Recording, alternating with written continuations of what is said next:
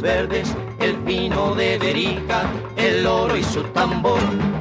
Pueblo divino, gorrudo sabalero, papel picado, botijas bajo el sol.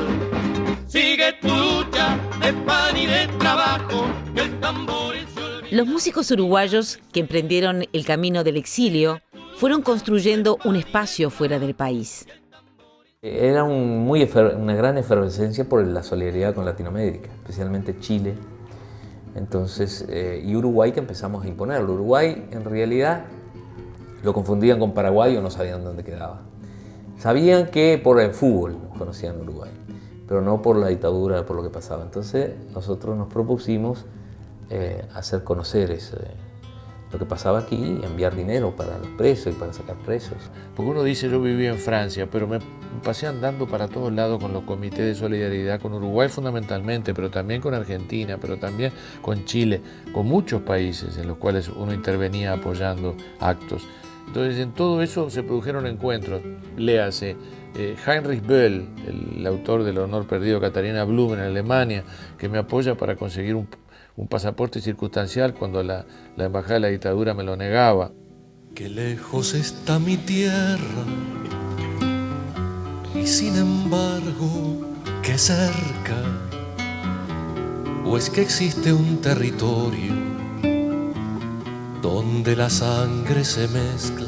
Al llegar a Holanda, enterarme que se está por editar un disco, busco los datos de quiénes son.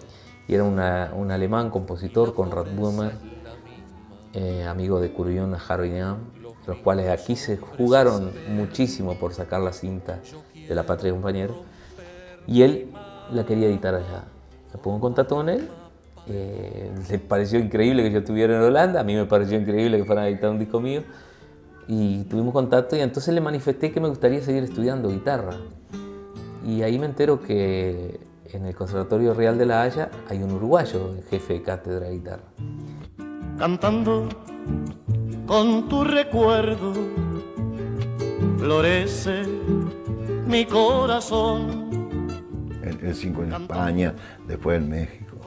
Pero en Europa, recorrimos toda Europa porque la gente exiliada que estaba allá y organizaba espectáculos, cosas. Y ahí andábamos con el Sabalero, con todos, con Biglietti, ¿me entendés? Haciendo cosas.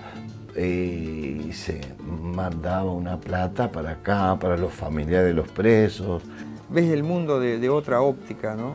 Porque una cosa es ir a cantar o ir de paso a un lugar y otra cosa es vivir. Uno puede medir la proyección artística muy diferente, ¿no? Porque nosotros cantábamos en España, por ejemplo, donde estábamos, y íbamos después a los 6 meses y nadie se acordaba de lo que habíamos cantado. Orgulloso de estar ante ustedes para traer una muestra de cómo piensa, de cómo canta, de cómo actúa el hombre de aquella parte de América del Sur. Nosotros vamos a... ¿Cómo no? Muera así, hermano. Muchas gracias.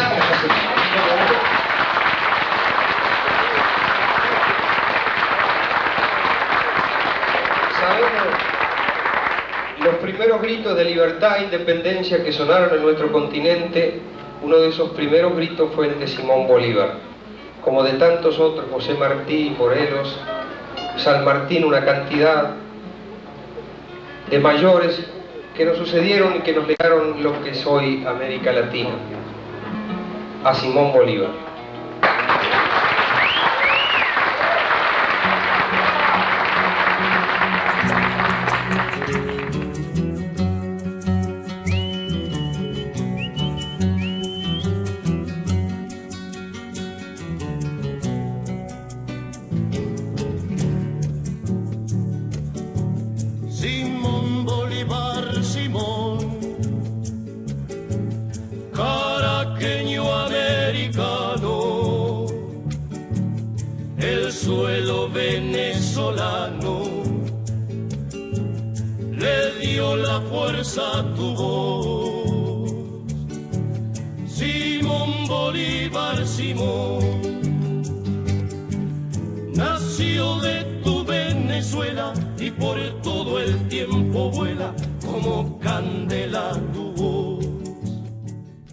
soledad tengo de ti, tierras donde yo nací. Inmediatamente llegado al exilio dejé la canción directa panfletaria, ¿no? Porque yo consideraba que era muy fácil cantarlo allá. El asunto era cantarlo acá, y como no podía estar acá, empecé a mirar qué hacían los cantores aquí y traté de seguir ese rumbo. Alfredo Zitarrosa era otro de los músicos referentes que se encontraba en el exilio. En todas las entrevistas se encargaba de señalar su falta de inspiración en el exterior.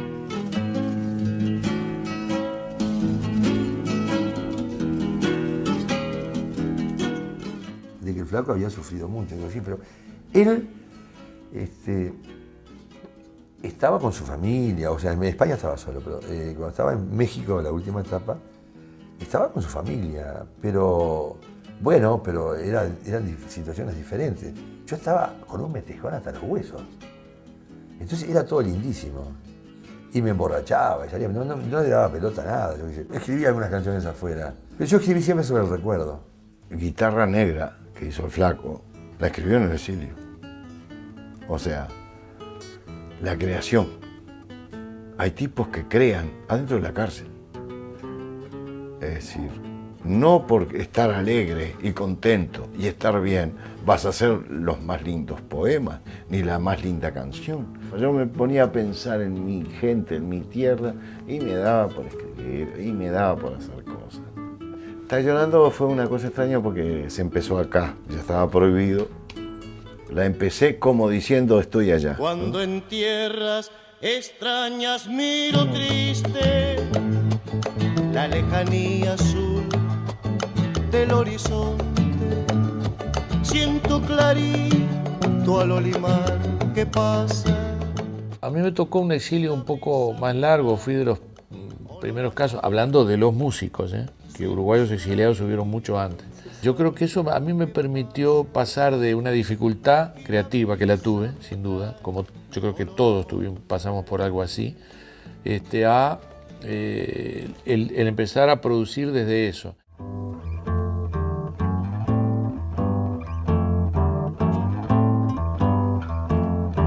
Se corría el riesgo de que la opinión internacional creyera que los que estábamos aquí haciendo cosas éramos colaboracionistas.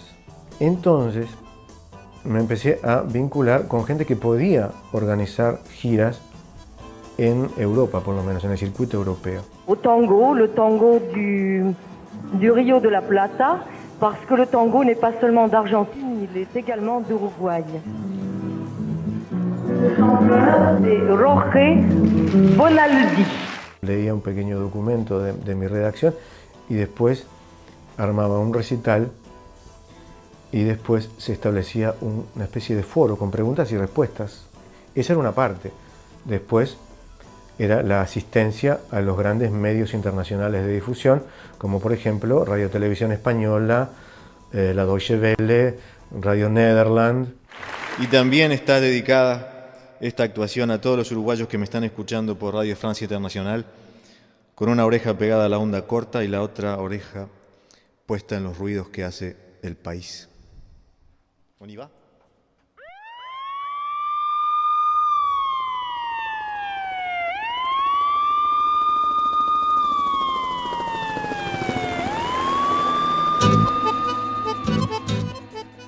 Yo de alguna manera volví muy preocupado y volví de una manera con el alma muy enferma, porque notaba que en el exterior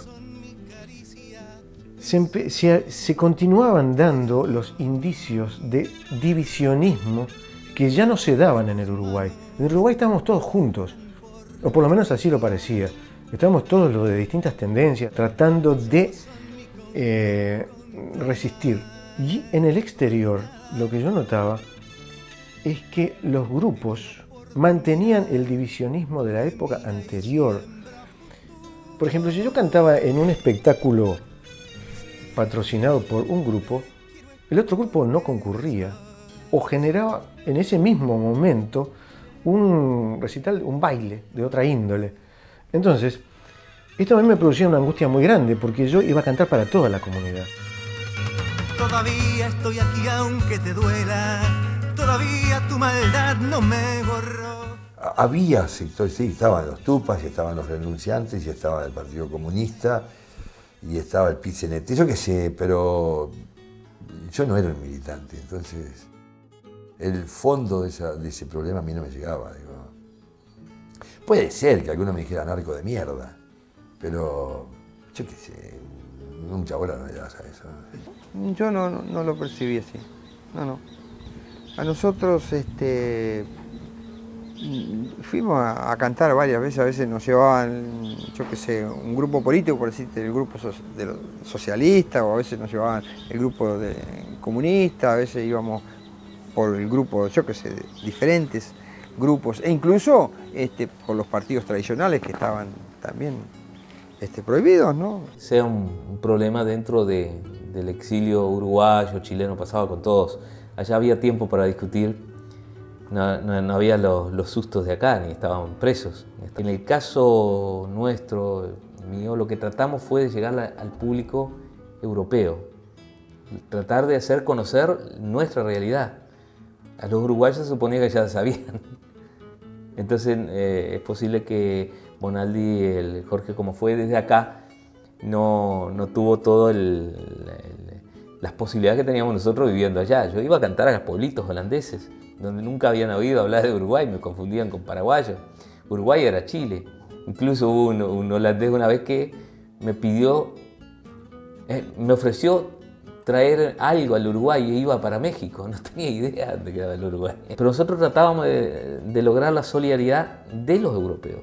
Y además eran los que podían realmente aportar plata y cosas. Cantábamos en las ferias, hacíamos muchas empanadas para vender en las ferias, hacíamos tortas, cosas para vender y vendíamos en las ferias. Y era plata que venía para los presos políticos. Venimos desde lejos del hondo y misterioso carnaval. El hombre es un muñeco, el hombre es un muñeco de sueños nada más.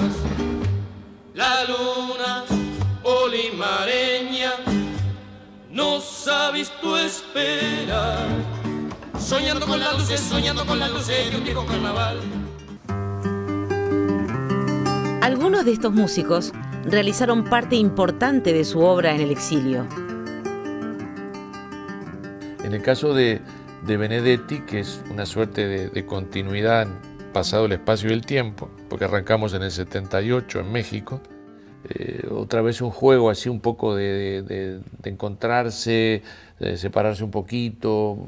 Fue muy lindo, es un tejido el trabajo. Si estamos lejos como un horizonte, si allá quedaron árboles y cielo, si cada noche siempre alguna ausencia y cada despertar un desencuentro, usted preguntará, ¿por qué cantamos?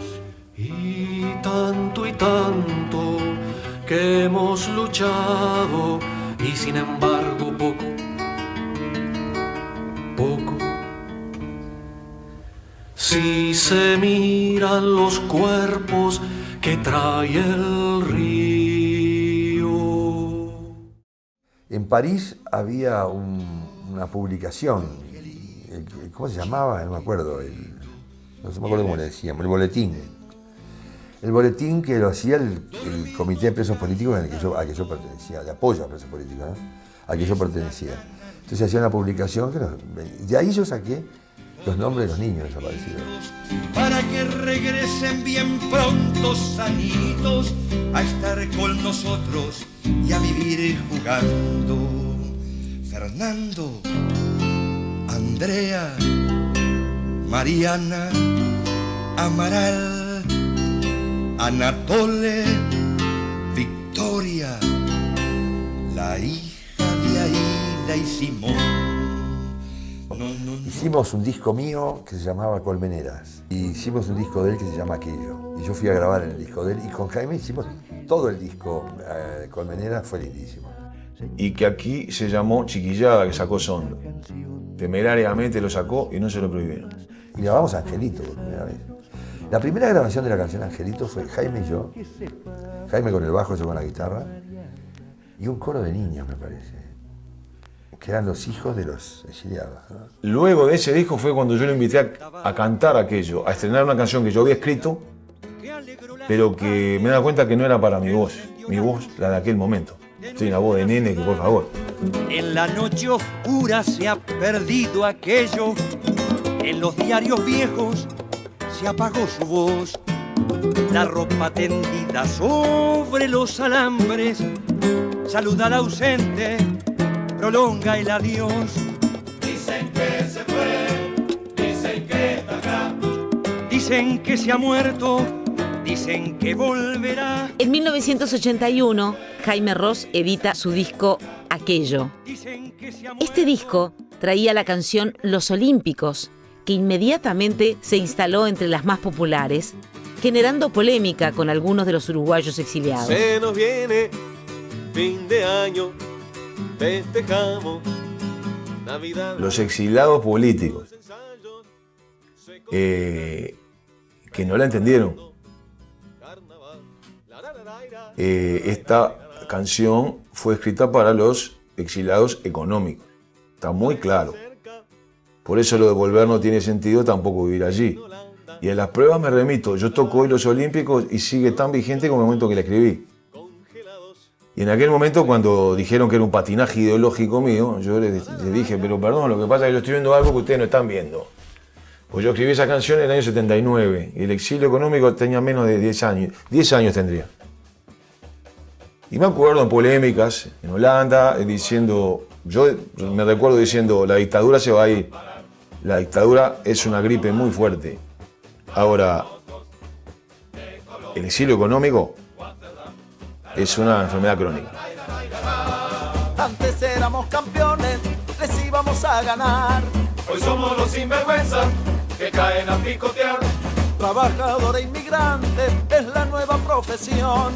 Hay que agarrar sin papeles, lo fletan en un avión. Uruguayos, uruguayos, ¿dónde fueron a parar?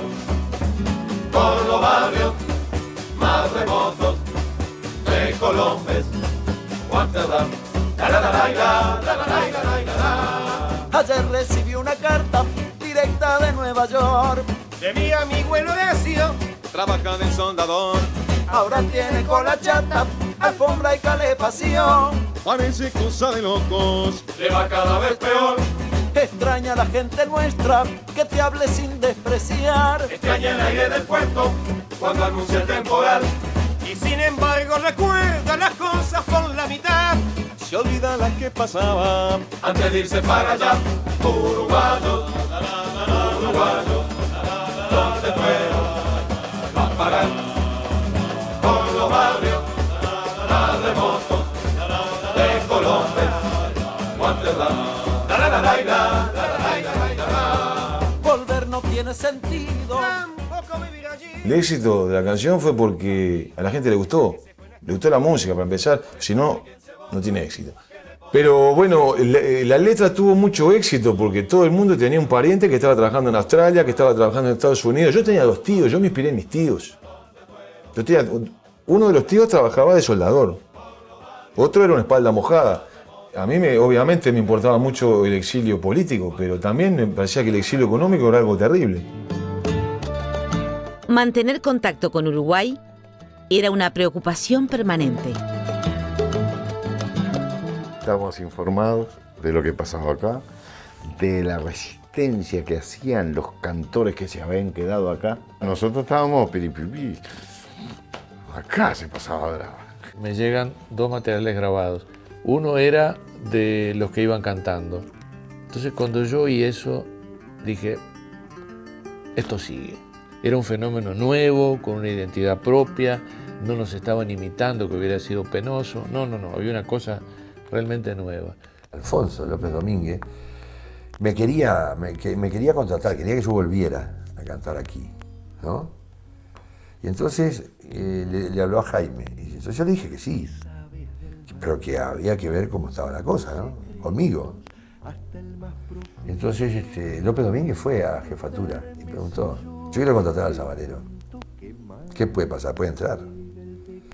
Entonces el comisario de esa época, no sé el nombre, le dijo, que venga, así lo casamos acá. ¡Pah! Loco, me entró un frío por el cuerpo. Imaginando, lo vamos a casar como si fuera un bicho, ¿no? Angelito bien amado.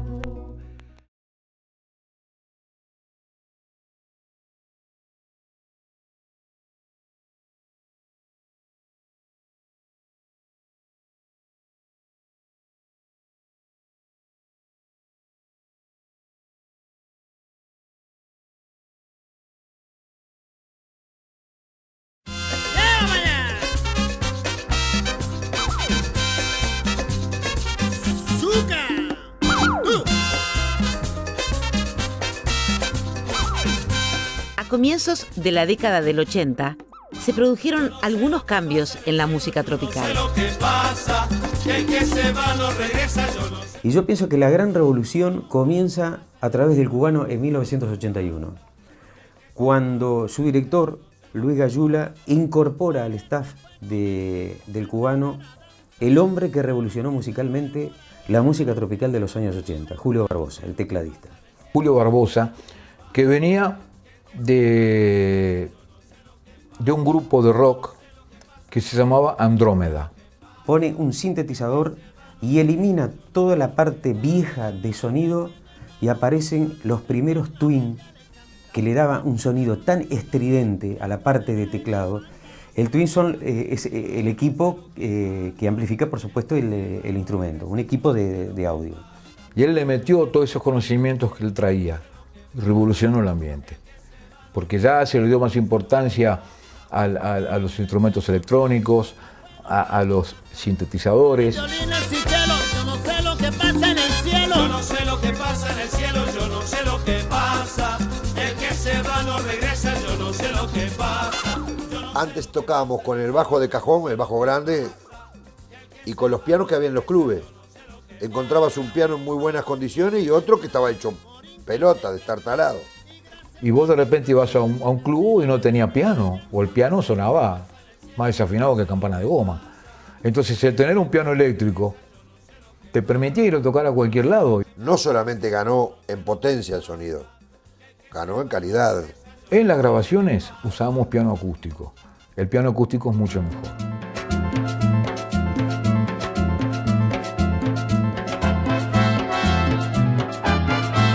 En esos momentos se podía diferenciar entre dos tipos de orquestas tropicales, las charangas y las sonoras. Por citarte títulos, Sonido Cotopaxi, Los Graduados, Grupo Electrónico Queguay, Herederos. La diferencia estriba primero que las charangas es un grupo que no tiene instrumentos de viento, que a diferencia de las sonoras, las sonoras tienen instrumentos de viento y no tienen guitarra. Las charangas tienen guitarra. Las charangas estaban asignadas para trabajar para el público del interior o para las tanguerías. Temas muy colombianos, practicaban mucho, ponían en escena la cumbia por excelencia, los corridos, cosa que no lo hacían las sonoras. Las sonoras eran más guaracheras, más soneras, más pleneras, más salseras, ¿no? ¡Murga! ¡Qué chévere, qué chévere! En 1983 se produce un hecho que contribuye a plantear el prejuicio que existía sobre la música tropical, tal como lo plantea el periodista Rodríguez Barilari en la revista Canto Popular. La llegada a Montevideo de Rubén Blades puso el tema arriba de la mesa.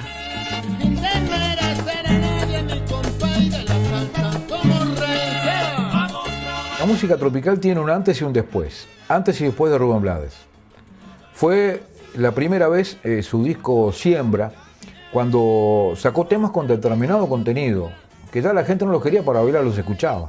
Pero normalmente la música tropical era una música ligera destinada a bailar. La música brasilera es una música que le encantaba a todo el mundo.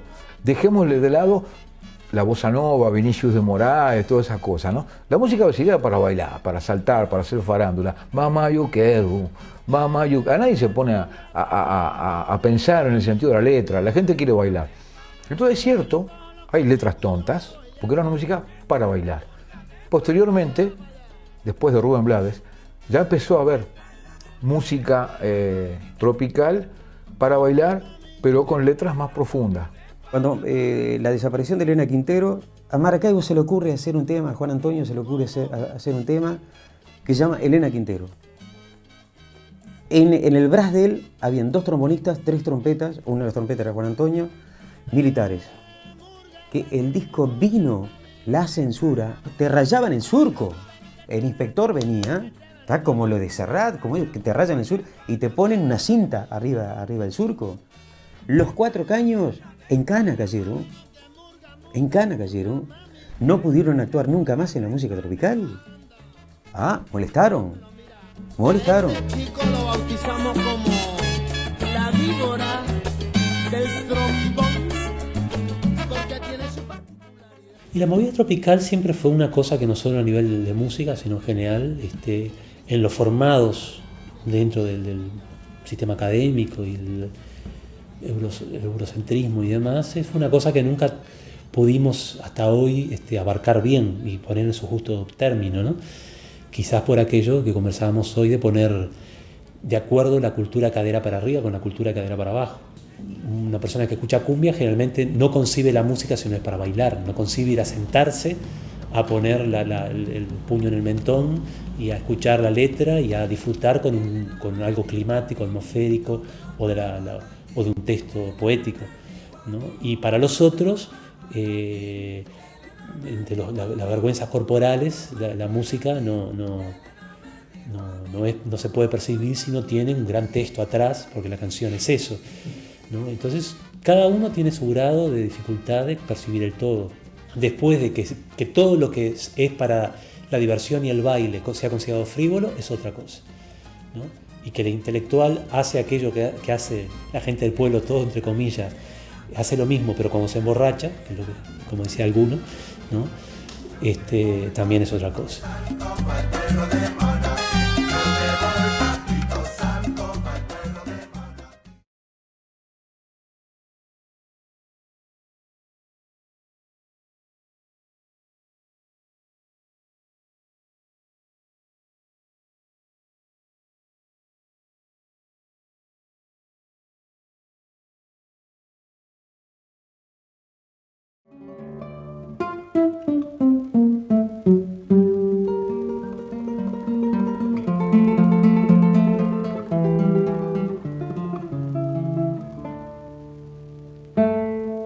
Luego del triunfo del no en el plebiscito de 1980, el país se encaminaba hacia la transición democrática. En 1982 se dan elecciones internas en los partidos políticos, hasta ese momento prohibidos, con miras a las elecciones nacionales. Comenzaban algunos actos políticos. Eran elecciones con candidatos y partidos proscriptos, por lo cual se hizo una campaña por el voto en blanco. En el terreno económico y social, el llamado quiebre de la tablita, el 26 de noviembre de 1982, hundió al país en una crisis. El dólar subió de 14 a 42 pesos uruguayos. A mí me terminaron echando de ese momento del trabajo donde yo estaba, que era una metalúrgica, por esa historia de la tablita, reducción de personal. En Uruguay seguían en aumento los recitales en gimnasios de básquetbol. En 1981 se da un recital de Jaime Ross en el Palacio Peñarol. Era su vuelta al país y, aprovechando la vuelta de OPA, tocó con los hermanos Fattoruso, pero el resultado no fue el esperado. Es un trauma que me quedó para siempre. Es tan horrible que sonó. Y cómo se nos fue el concierto de las manos, porque directamente era una debacle sonora. No es real. Musiqueros concentrados en no errarle a la armonía, y los ojos de indecente pureza cambian de color. Y después, cuando fuimos a tocar a Tele 12, que inauguramos la era color de la televisión uruguaya, se rompió la consola de sonido ese día y todo lo que salió al aire estaba distorsionado. Porque yo creía que la revancha iba a ser tocar ahí. No, fue peor todavía. A veces hablan más del público uruguayo, que no presta atención al uruguayo. No. falso. El público uruguayo a mí me perdonó esa debacle. Y después me fueron a ver nuevamente. Eterno agradecimiento. Pidieron pasar canciones mías, me acuerdo, en la mayoría de las radios que estaban con la dictadura, ¿no? Los Olímpicos no la pasaban, estaba prohibida. Y también me prohibieron el X30, que era la radio del Partido Comunista en aquel momento. Al mismo tiempo que me prohibieron los milicos. Es una doble medalla de honor que tengo. No, lo que pasa es que hicieron un festival y querían que todo el mundo tocara gratis. Entonces yo dije, bueno, yo toco gratis, pero a los músicos que tocan conmigo yo quiero que les paguen el cachet mínimo que cobra un músico. Y bueno, me prohibieron. Tuve 4 meses prohibido. Y había algunos integrantes de esa radio que patrullaban para lo que los demás, los que tenían los programas, no pasaban canciones mías. Y gracias a Nelson Díaz y a Cábula también, ellos fueron los primeros 2 que rompieron ese bloqueo. También en 1981, uno de los grupos pioneros de la nueva generación, los que iban cantando, se despide con un recital en el Club Atenas. Era la primera vez que un grupo hacía un recital en un estadio solo.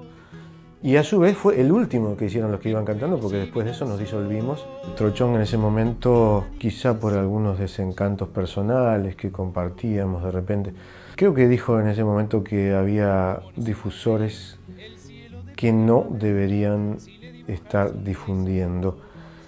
De alguna manera anunciando una especie de decadencia. En aquel entonces que estábamos todos tan embromados y tan tristes y tan reventados y angustiados, que alguien venga y te diga, arriba hermano, ya ganamos, ya está, ya cayó la dictadura prácticamente, ya falta poco, ya está. Evidentemente te iba a levantar el ánimo y vos te ibas a ir muy contento y muy, con una especie de la ilusión. Pero salías a la calle y todo seguía igual y la cosa duró 12 años. Entonces yo tuve en ese tiempo, me pregunto ahora si bien o mal, no sé, una reacción frente a eso, porque se corría el riesgo que se creyeran una mentira. Ya está, ya triunfamos. Porque en ese momento era fácil subirse al escenario con un charango y cantarse alguna canción aunque no fuera propia, pero más que sonara latinoamericana y te ganabas el aplauso fácil. La gente que es músico está comprometido con la música y con el riesgo de la creación.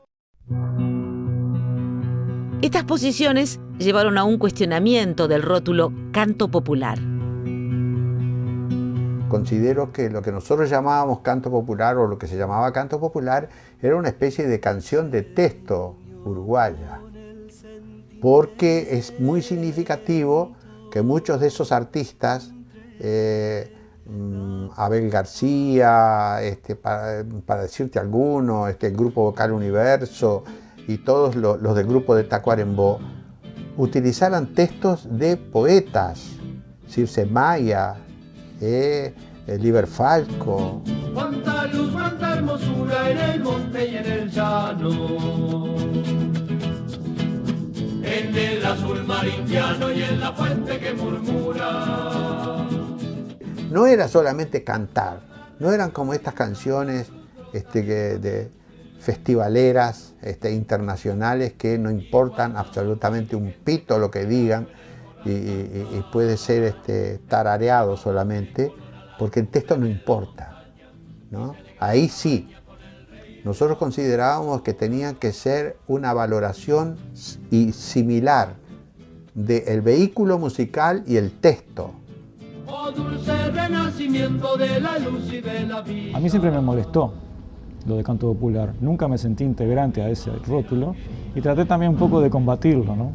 De hecho, bauticé esa canción sumamente crítica respecto a la demagogia con esas palabras, canto popular. La esperanza falsa o la real, ¿cuál hay que tener en este caso? Es posible que haya que cargar, luego con la falsa hecha pedazos.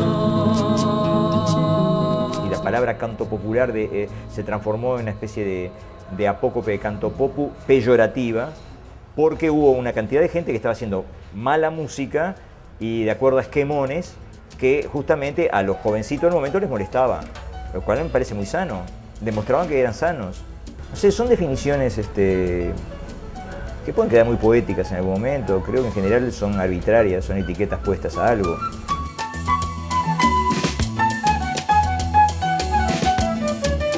Si canto popular le querías poner a todos los músicos del Uruguay que están en contra de la dictadura, entonces éramos canto popular. Ahora, si canto popular se le quería poner a un estilo, bueno, cuando a mí me preguntaban, ¿perteneces al canto popular? Yo decía, bueno, decime qué es el canto popular y te digo si pertenezco o no pertenezco.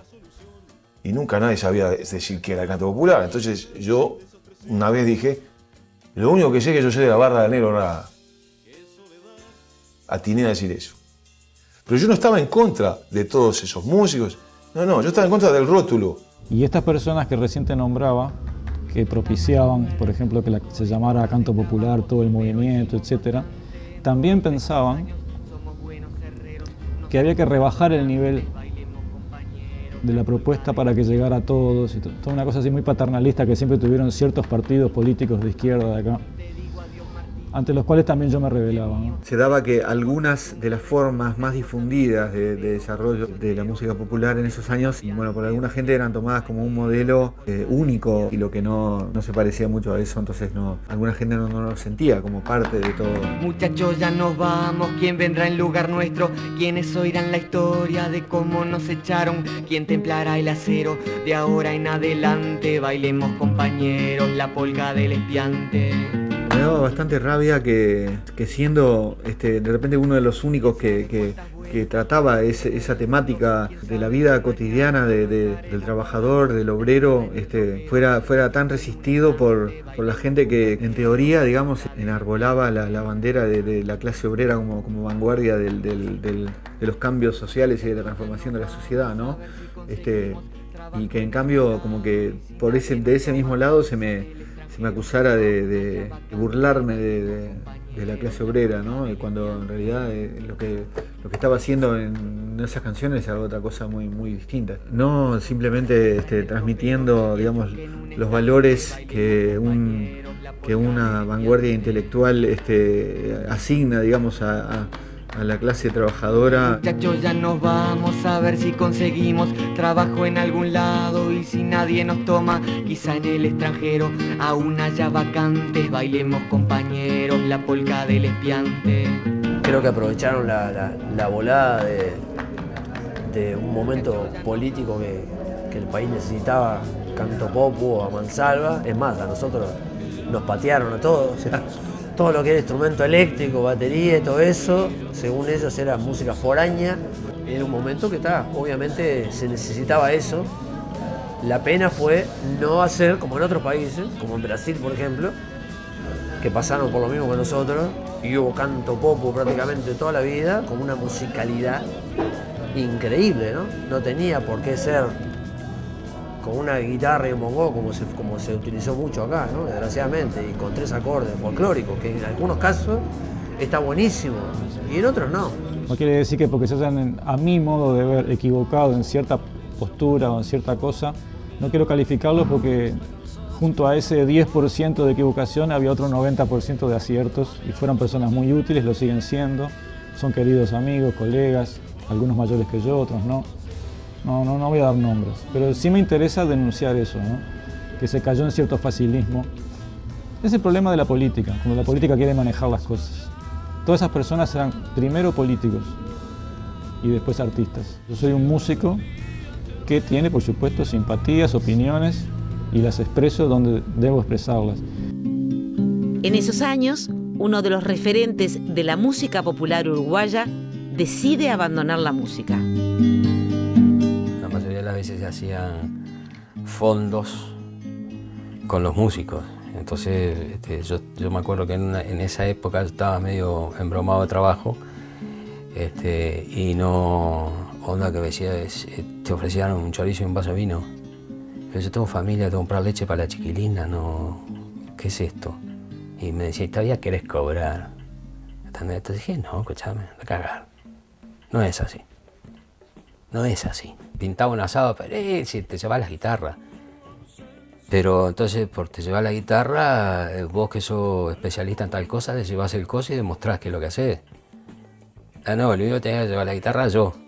¿Entendés? Como la historia, como vi en la mano, entonces para ahí así no voy. Seguro, Yupanqui que fue a tocar a Tacuarembó y las señoras de la sociedad le dijeron, señor Yupanqui, te venga a tomar un tecito, tráigase la guitarra, y Yupanqui dijo, la guitarra no toma té, señora.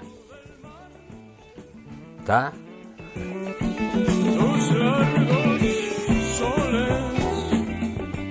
La gente fue poblando estos recitales que se transformaron en grandes mitines políticos y en una catarsis general.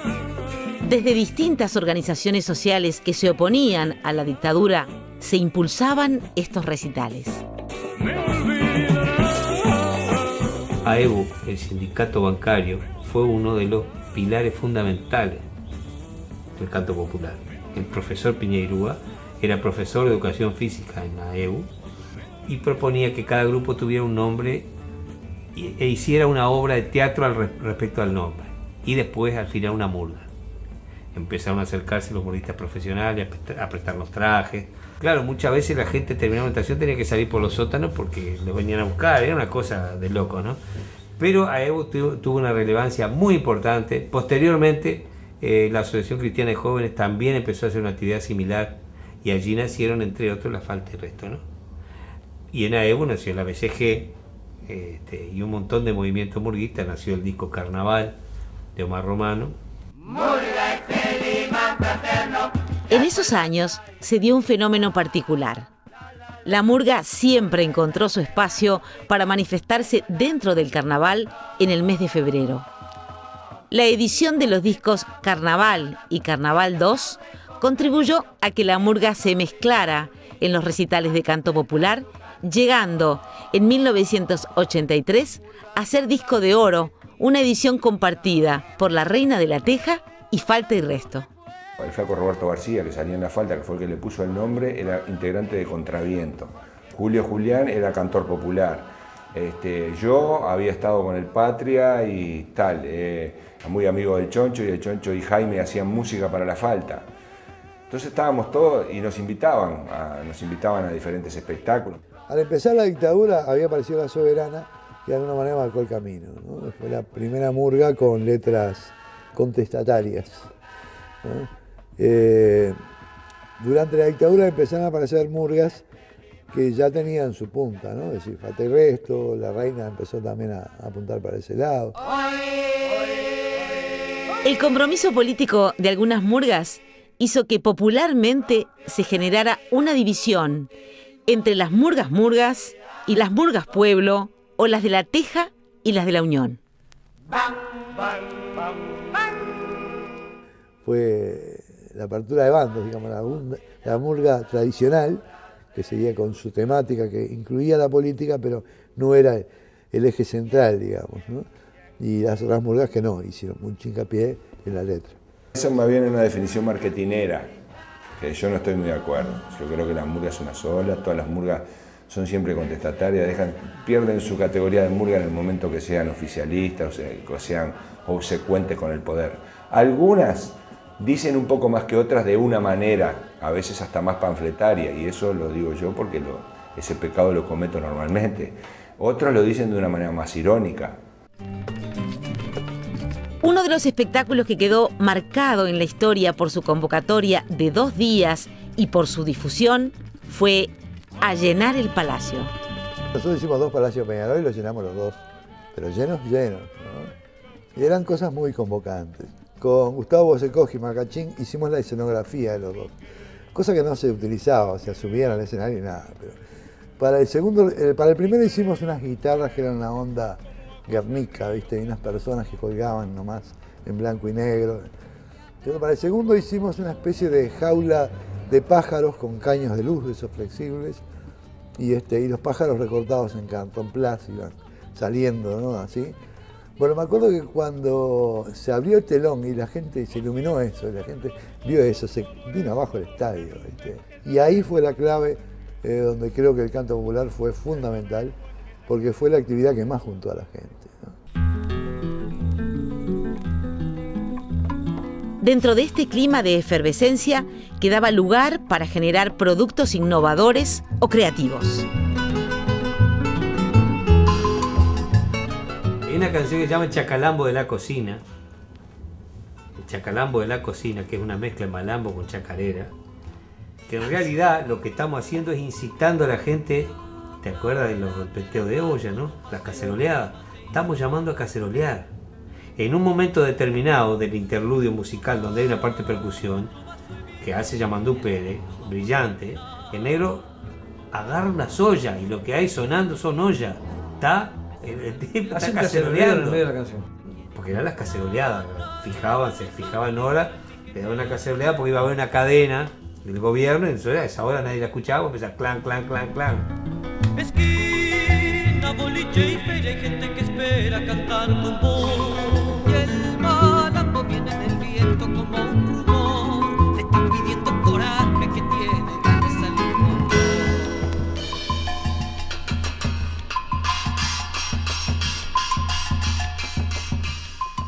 Bueno, la canción surgió por la necesidad mía, la inquietud de hacer una canción que se refiriera a las dictaduras que habían en ese momento. Yo la disfracé de como parodia de las traducciones de las seriales norteamericanas, todas esas palabras que nos producen en comicidad, ¿no? Traté de armar una historia así, y bueno, pero en realidad estaba hablando de dictadores y de tiranos que a la postre caían. O sea que en realidad la letra era bastante jugada, pero pasó, nunca fue prohibida, por ejemplo.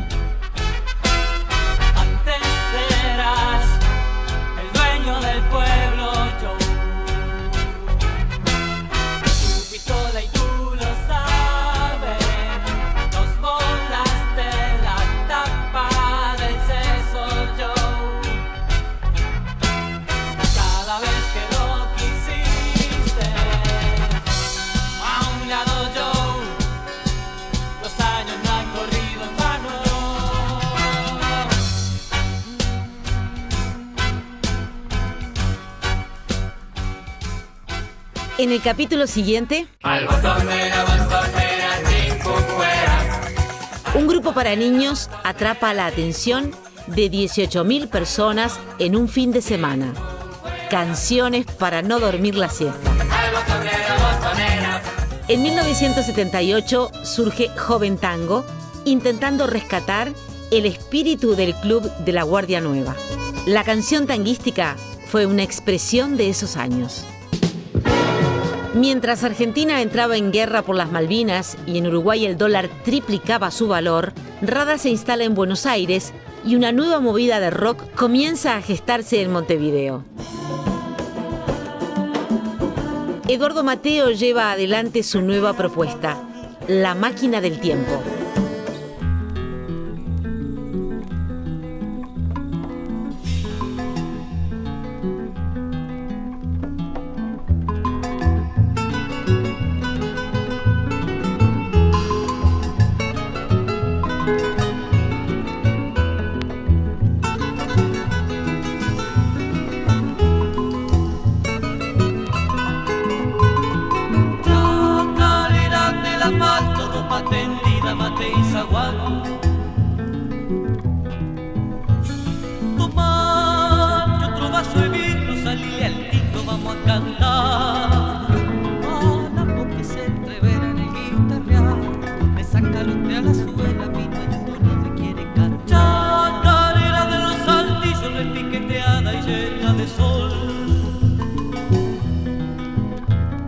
Esquina, boliche y feria, hay gente que espera cantar con vos.